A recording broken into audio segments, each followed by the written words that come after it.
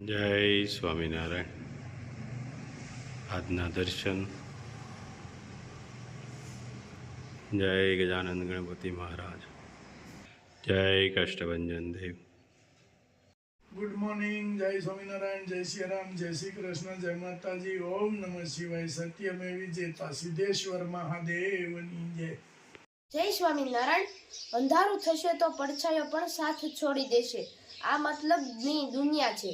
સાહેબ મતલબ હશે તો ઊંઘમાંથી જગાડી દેશે, અને મતલબ નહીં હોય તો જીવતા દફનાવી દેશે. 1 કિલો ઘી,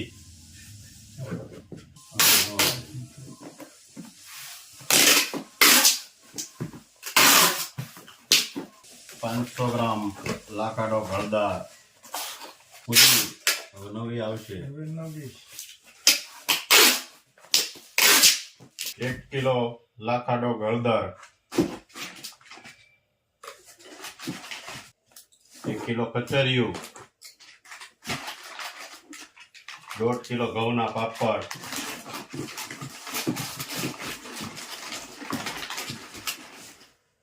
ને 2 કિલો ઘી.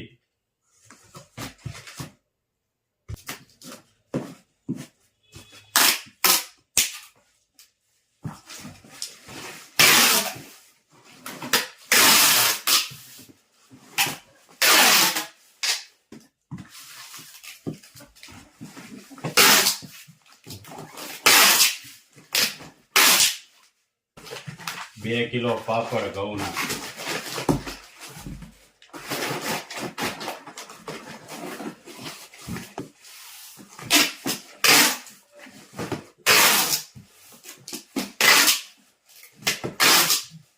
2 હેર ઓઇલ,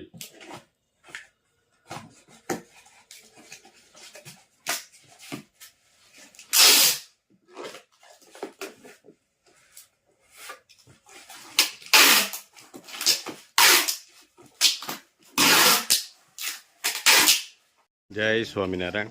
આજે પ્રયાગની સ્કૂલમાં સામાજિક વિજ્ઞાન પ્રદર્શનનું આયોજન કર્યું છે, તો અમે આવ્યા છીએ જોવા માટે. બાપુ, અમારા છોટે બાપુ છે, ઉસ્તાદ તબલસી, અને એમાં શું એસપીસી? Student police cadet. વાહ, શું વાત છે! કાલે જમાવટ કરી દીધી ને? વેલકમ. સરસ હો બાપુ. એટલે બાપુ અમે એમ કહેવી છે કે મહારાજ છે એટલે બાપુ કહીએ છીએ, કા બાપુ? અને તબલસી છે અમારે છોટે ઉસ્તાદ, કાંઈ ઘટે નહીં, તબલા વગાડે એટલે. છોકરાઓએ કેટલીક મહેનત કરી છે.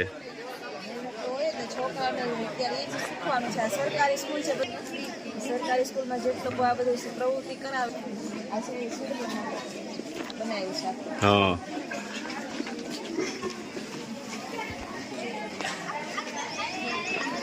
શું બનાવ્યું બેટા? હે, હડપ્પીય સંસ્કૃતિ. સરસ. તમે?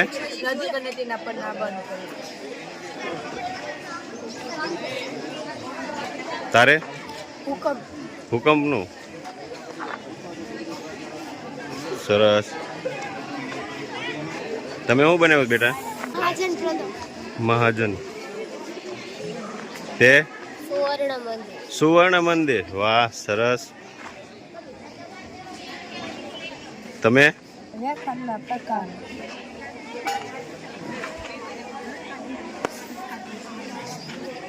તો આ તો ઘરના જ છે બધા. શું બનાવ્યું છે? Traffic signal.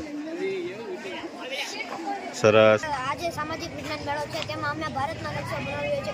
આ ભારતના નકશામાં 28 રાજ્યો અને 8 કેન્દ્ર શાસિત પ્રદેશો આવેલા છે. મારું નામ સાજ્ય ભવ્ય છે. હું મીઠાપુર ડુંગરી પ્રાથમિક શાળામાં અભ્યાસ કરું છું. મેં ગ્રીન હાઉસ બનાવ્યું છે. મારું નામ અવંતી પટેલ છે. હું ધોરણ 8માં અભ્યાસ કરું છું. મેં અમારી શાળામાં સામાજિક વિજ્ઞાન મેળાનું આયોજન કરવામાં આવ્યું, જેમાં મેં ઉત્સાહપૂર્વક ભાગ લીધો છે. મારી કૃતિનું નામ સ્વાતંત્ર્ય સેનાનીઓ છે.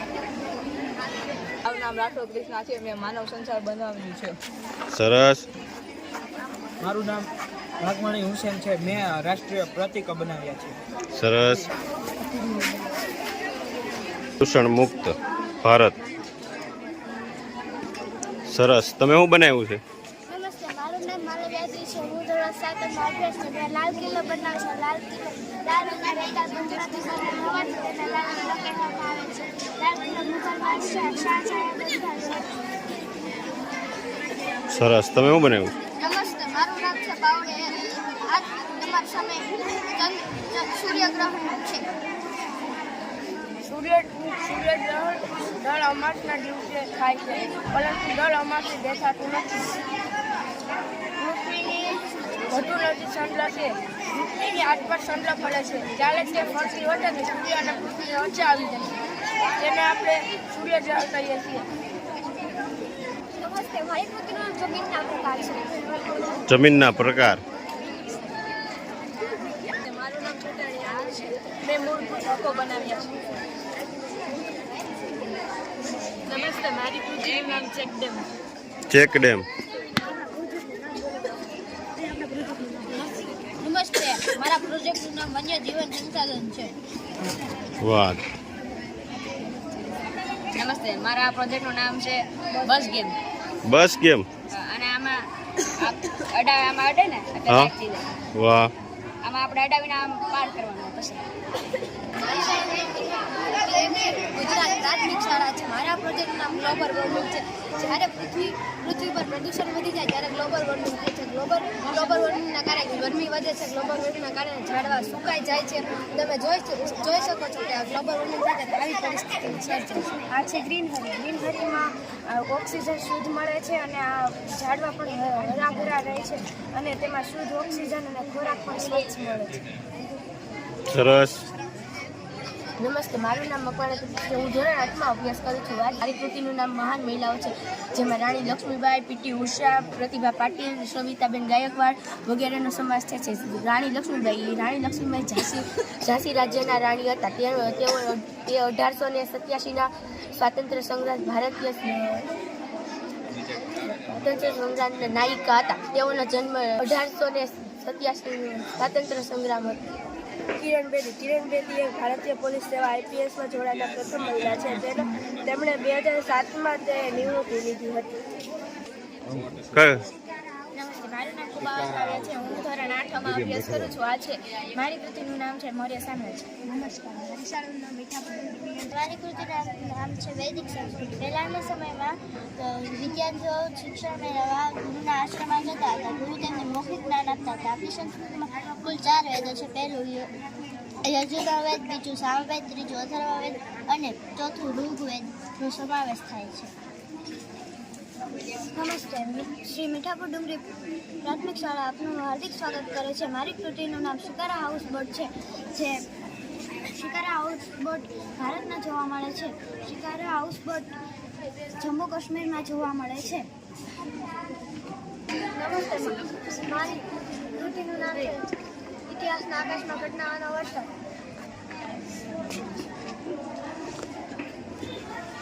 નમસ્તે, મારી કૃતિનું નામ છે રણપ્રદેશ. રણપ્રદેશની આબોહવા ગરમ અને વૃક્ષો હોય છે. ત્યાં વરસાદ પડતો નથી. ત્યાં બપોરનું તાપમાન 50 ડિગ્રી સેલ્સિયસ જેટલું વધી જાય છે અને ત્યાં જ રાત્રે 0 ડિગ્રી સેલ્સિયસ જેટલું ઓછું પણ થઈ જાય છે. ત્યાંના વનસ્પતિઓ, ત્યાં કાટાડી અને ખજૂરી જેવી વનસ્પતિઓ જોવા મળે છે. ત્યાંના પ્રાણીઓ, ત્યાં શિયાળ, સાપ, વીછી અને કાચીડા જેવા પ્રાણીઓ જોવા મળે છે. હવે તમે જાણશો લોકજીવન વિશે. રણપ્રદેશની વિષમ આબોહવામાં લોકજીવન ધબકતું રહે છે. મોટાભાગે રણપ્રદેશના લોકો ઘેટા, બકરા અને ઊંટ જેવા પ્રાણીઓ પાળે છે. તેમાંથી તે દૂધ, ચામડું અને ઊન પ્રાપ્ત કરી જીવન જરૂરી ચીજવસ્તુ જેવી કે કપડાં, ગરમ ધાબળા બનાવે છે અને ત્યાં ખજૂરી અને ઘઉંના પાક લેવાય છે. કઈ કૃતિ બનાવી બેટા?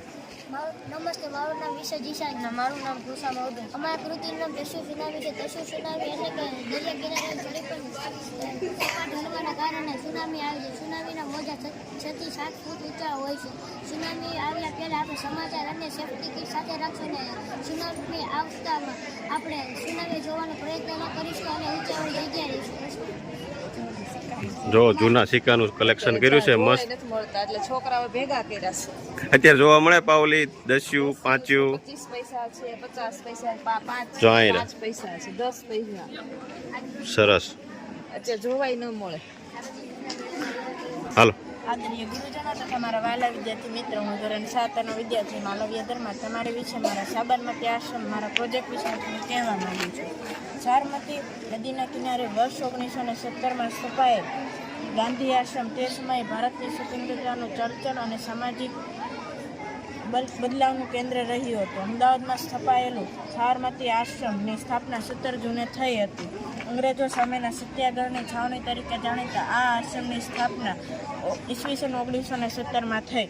ગાંધીજીએ આ આશ્રમમાંથી આઝાદી તેમજ સમાજના ઉત્થાન માટેની મોટી પ્રવૃત્તિઓમાં હાથ ધરી હતી, જે સાબરમતી આશ્રમ તરીકે ઓળખવામાં આવે છે.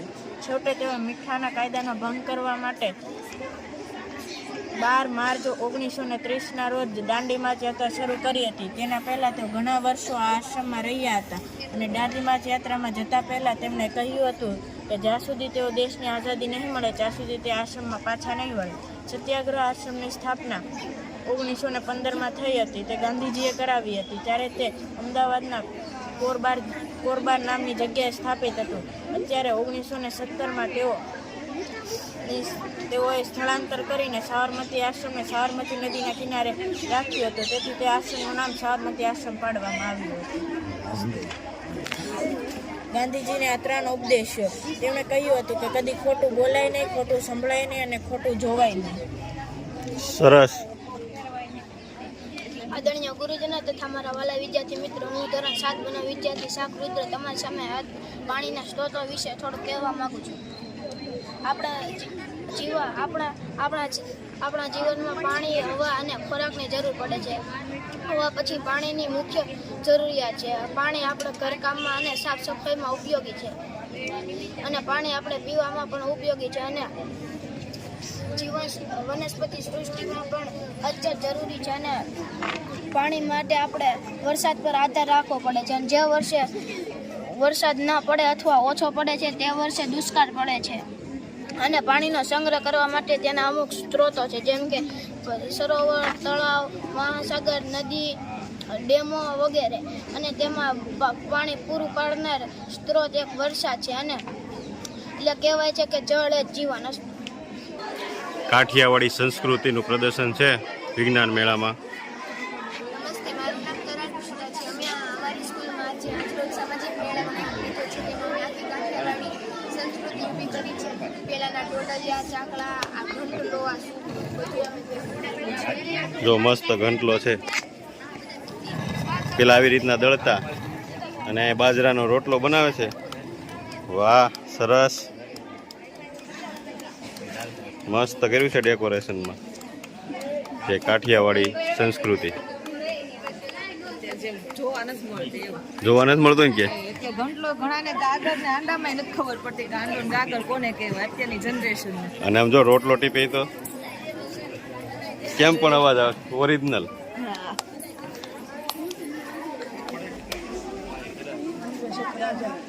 ચંદ્રશેખર આઝાદ, ડોક્ટર ભીમરાવ આંબેડકર. વાહ, ભગતસિંહ, વાહ. વેશભૂષા છે રાણી લક્ષ્મીબાઈ, કિરણ બેદી, ફૂલે રેડી, મેડમ કામા. સરસ.